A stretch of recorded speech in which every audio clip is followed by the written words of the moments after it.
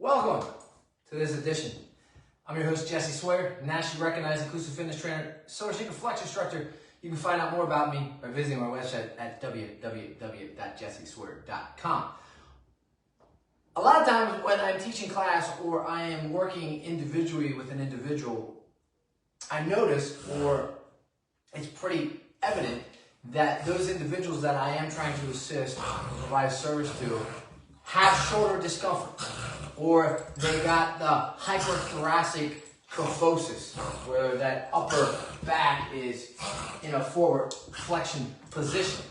So today what I'm going to do is I'm going to show you 4 different exercises to try to assist to keep that shoulder joint, that ball and socket joint, that glenohumeral joint, in the socket. Because a lot of times what occurs is those 4 tendons that hold it in, they're not holding it in anymore because you're getting subluxation, you're in that forward flexion, you have some overuse injury, or you have maybe, possibly, a minor tear or even arthritic conditions where you're not engaging the scapula or the muscles and tendons that surround the glenohumeral joint to keep it in that capsule. And we want to be able to keep it there. So there's 4 different exercises. One of the exercises we're going to use the band. One we're going to use a lightweight dumbbell. And 2 of the exercises are going to just use your body. Now if you put all 4 of these together on a regular basis, I guarantee you that you will notice improvement not only in your range of motion, but your strength and range of motion together, and you'll have some pain management along the way. So again, before you do this class with me, just grab a band, grab a lightweight dumbbell. If you don't have either one of those, it's okay. Just sit back, relax, and enjoy and learn a few things, 4 different exercises that you can utilize to assist maintaining not only just good posture, but keeping that joint, muscle memory, and that socket in place where it should be. So the first exercise that I'm going to show you, and this is the exercise you probably should start with initially, especially if you're lacking range of motion, is just clearly walk up to the wall, right? And we're just going to do a mountain climber. And when I say mountain climber, a lot of times you think about lifting those legs up. We're not. We're just going to place those arms in the wall. If you can lift your arms up against that wall, and you're just going to walk those hands up that wall as high as you can. Now, if you get some discomfort or some pain, then just bring them back down. And what you want to do is you want to try to do this for anywhere from 60 seconds to 2 minutes, where you're just trying to walk those hands up that wall, and you're just trying to get a little higher, a little higher, a little farther, a little farther. And as you get farther, your body starts leaning in. But the other thing that it starts doing is it starts getting muscle memory. And by just keeping your hands constantly walking up that wall, that it's reminding the body, reminding those muscles or what the arm is supposed to do. So clearly that tendons in the rotator cuff area, that shoulder area, they assist by placing that joint, that glenohumeral joint, in position. Again, while you're doing this exercise, do it pain-free. If you're feeling discomfort, any pain, go to your limitation, come on down.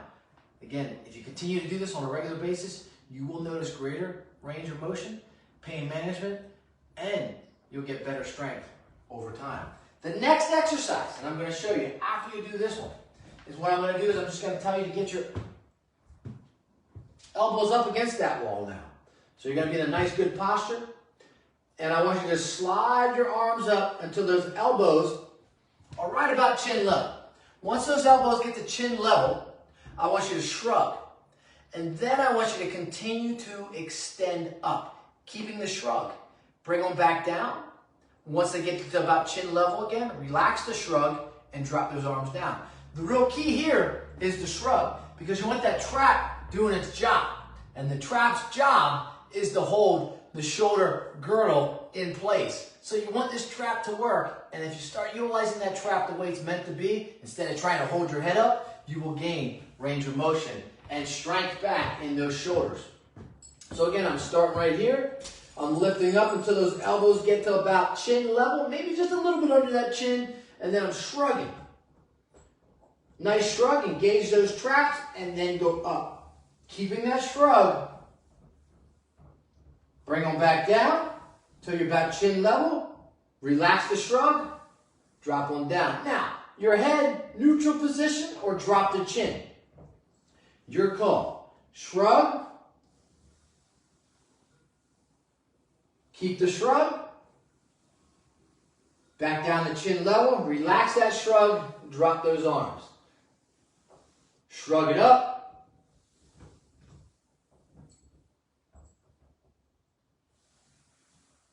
Relax the shrug. Come on down.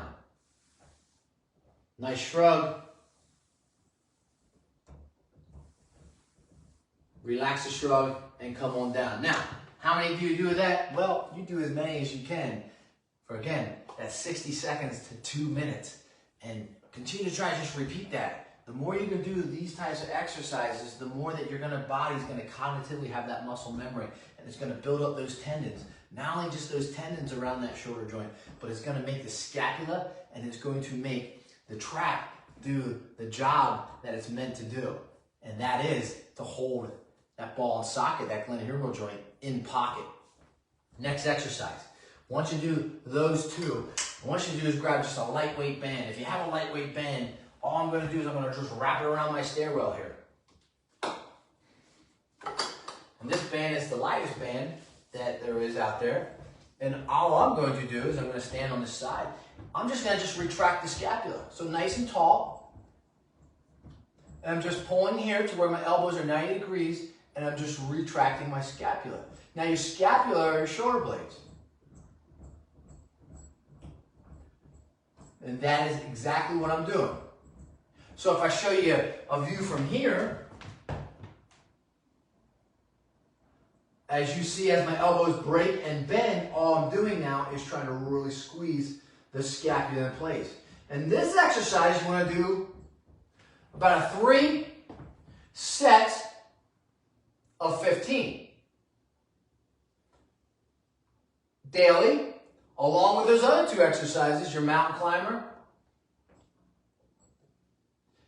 and your scapular lift against the wall.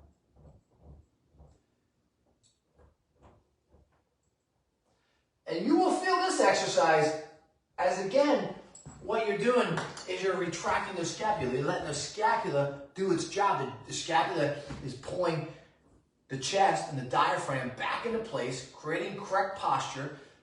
The shoulder can't sublux anymore. You're taking the pressure and the discomfort and the tension off the trap, and now you're in an upright position, and the trap can do its job. It can hold the scapula in place.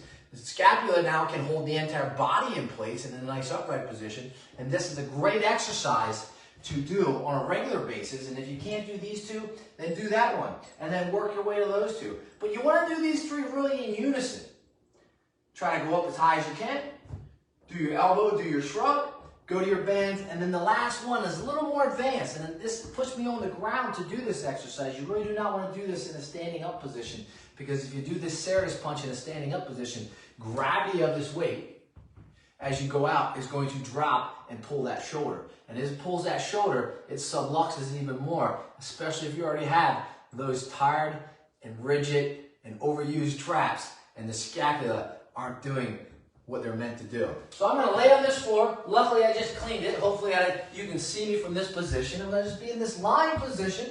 I'm just going to be in a 90-degree position with this dumbbell, lightweight dumbbell. If you have a dumbbell, great. If you don't, and all I'm going to do is I'm just going to, and then push up. Come back down, lift up, and then push through the ceiling.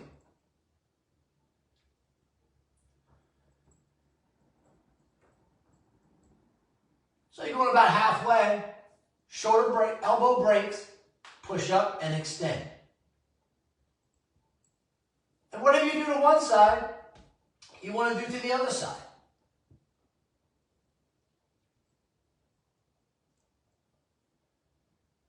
And I'll do one more for show. There you go. Now, this exercise, along my travels and in my journeys, I've seen many individuals that could not do that simple exercise that I just did. They didn't have any power, they didn't have any push, and the serratus right through here wasn't able to do the job that it's meant to do as well. So what I say, and I suggest, for all those individuals at home that are having discomfort and having mobility and stability issues with that shoulder, Try these exercises and I guarantee you, over time, you will improve. And again, if you don't have a lightweight dumbbell, you can just do that punch without any weight at all. The goal is just to get that muscle memory, cognitively, to keep that capsule in place. Because it is a ball and socket, and it is very dynamic. And those are 4 different exercises. Stay tuned, as I will bring you a few more of these different types of exercises routine to improve that rotator cuff. Peace, my friends.